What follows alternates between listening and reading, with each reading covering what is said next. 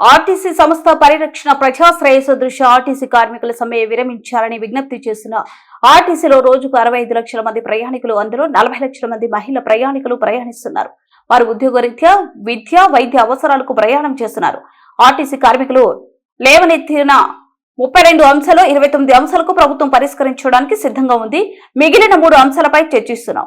మేము రాగానే వేసిన మొట్టమొదటి కమిటీ సీనియర్ ఐఏఎస్లతో వేశాం. అధికారుల కమిటీతో 5 గంటల పైగా చర్చిస్తుండగానే సమ్మెకు పోతున్నామని మధ్యలో వెళ్లిపోవడం ఇది కుట్రలో భాగమే. ఇటీవల జగిత్యాల సభలో మహాలక్ష్మి ప్రయాణం కేసీఆర్ అవహేళనగా మాట్లాడారు. తర్వాత కూడా బయటికి వెళ్లి మళ్ళీ వచ్చి ఏం మాట చెప్పకుండానే మేము మాట్లాడుకున్నాం చెప్పి వెళ్ళిపోయి వాళ్ళు సమ్మెకు సంబంధించిన 9 గంటల 5 నిమిషాలకు వాళ్ళు ప్రెస్ కు లీక్ చేయడం జరిగింది.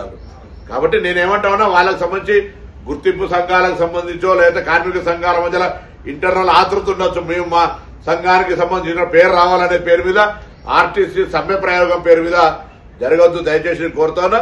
మరొక్కసారి ఏదైతే పనిభారం అంటా ఉన్నారో, ఏదైతే ఆర్టీసీ కార్మికులకు సంబంధించినటువంటి కొంత వేధింపు కింద అధికార యంత్రాంగం ద్వారా జరుగుతుందంటున్నారో అటువంటి అన్నింటినీ అవసరమైతే డిపో వారీగా సమీక్ష చేసి అక్కడ స్థానిక శాసనసభ్యుడిని, జిల్లా కలెక్టర్ను, ఎస్పీని కూర్చోబెట్టి అటువంటి పని ఒత్తిడి ఉంటే దాన్ని పరిష్కారం చేయడానికి మేము సిద్ధమో. మళ్లీ చెప్తున్నాం, ఉద్యోగులను ఏదో వేధించాలనే ఆలోచన మాకు లేనే లేదు. వాళ్ళ సంక్షేమం కొరకు ముందు నుంచి చూడాలని మంత్రి అయినప్పుడు చెప్తున్నా. మేము కూడా కింది స్థాయి నుంచి వచ్చినాం.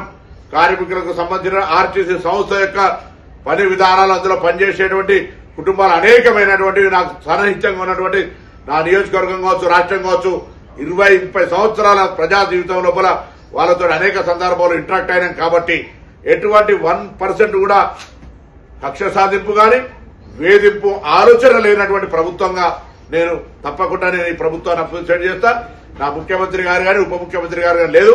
ఇందులో స్పష్టంగా మాకు కనిపించేది ఒకటే, మొన్న జగిత్యాల్లో గౌరవ మాజీ ముఖ్యమంత్రి గారు మాట్లాడినటువంటి ఆలోచన మేరకు ఆ పార్టీ నాయకత్వం, హరీష్ రావు గారు మాజీ అధ్యక్షుడిగా ఇటువంటి ఒక వ్యవహారాన్ని కుట్ర ద్వారా ఆర్టీసీ వైఫల్యాన్ని చేపట్టే ప్రయత్నం జరుగుతుంది అనేటువంటి మాట ఇలా వాళ్ళ నాయకత్వానికి అనుబంధంగా ఉన్న వ్యక్తుల మాట ఒకటే కనిపిస్తుంది. ఇది దురదృష్టకరం. నేను మరొక్కసారి కార్మికులందరికీ, ఒకవేళ సంఘ నాయకులు ప్రభుత్వం నిరసన చెప్తే చెప్పండి, కానీ అందులో పనిచేస్తున్న ఉద్యోగస్తులు, అక్కా చెల్లెళ్లు, అన్నాదమ్ములందరూ కూడా మీరు బాధ్యతగా పేద ప్రజలకు లైఫ్ లైన్ అయినటువంటి గ్రామీణ ప్రాంతాల నుంచి వైద్యం కొరకు, విద్య కొరకు, ఉపాధి కొరకు 65 లక్షల మంది బస్సును వాడుతా ఉన్నారు. వాళ్ళ అంశంలో మానవతా హృదయంతో వ్యవహరించాలి. నేను ప్రభుత్వంగా మరొకసారి చెప్తున్నా, మీ అంశాలన్నీ 32లో మీరు పని భారము ఇతరత్ర అన్ని అంశాలకు సంబంధించి 29 అంశాలను అక్రాస్ టేబుల్ గా వెంటనే నిర్ణయం చేయడానికి సిద్ధం. తప్పుడు ప్రచారం వద్దు. ఆ 3 అంశాలకు సంబంధించి సాంకేతికమైన అంశాలను 4 అధికారుల కమిటీ అది కూడా పరిష్కారం 4 వారాల లోపల చూపెడుతుంది అనే మాటని సందర్భంగా మనం చెప్తాం. यूनियंस को बुला के first time in Telangana government of Congress government 4 officers के साथ कमिटी डाले हम लोग. 4 घंटे सुने वो लोग.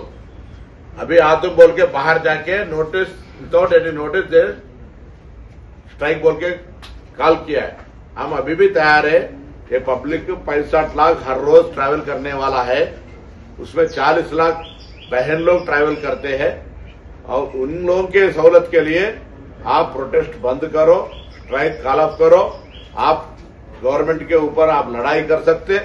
गवर्नमेंट से आपको जो 32 का प्रॉमिस है 29 प्रॉमिस अक्रॉस टेबल बैठ करके अपन चालू करेंगे.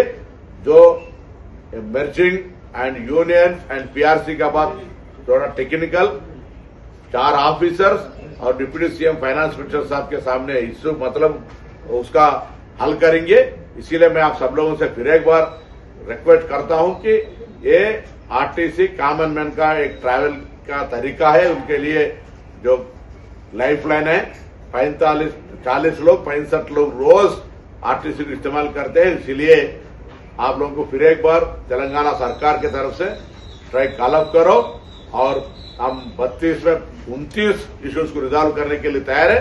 बाकी का 3 भी 4 लोग ऑफिसर लोग, गवर्नमेंट के मंत्री, डिप्टी सीएम सब लोगों से बात करके इसके ऊपर भी फैसला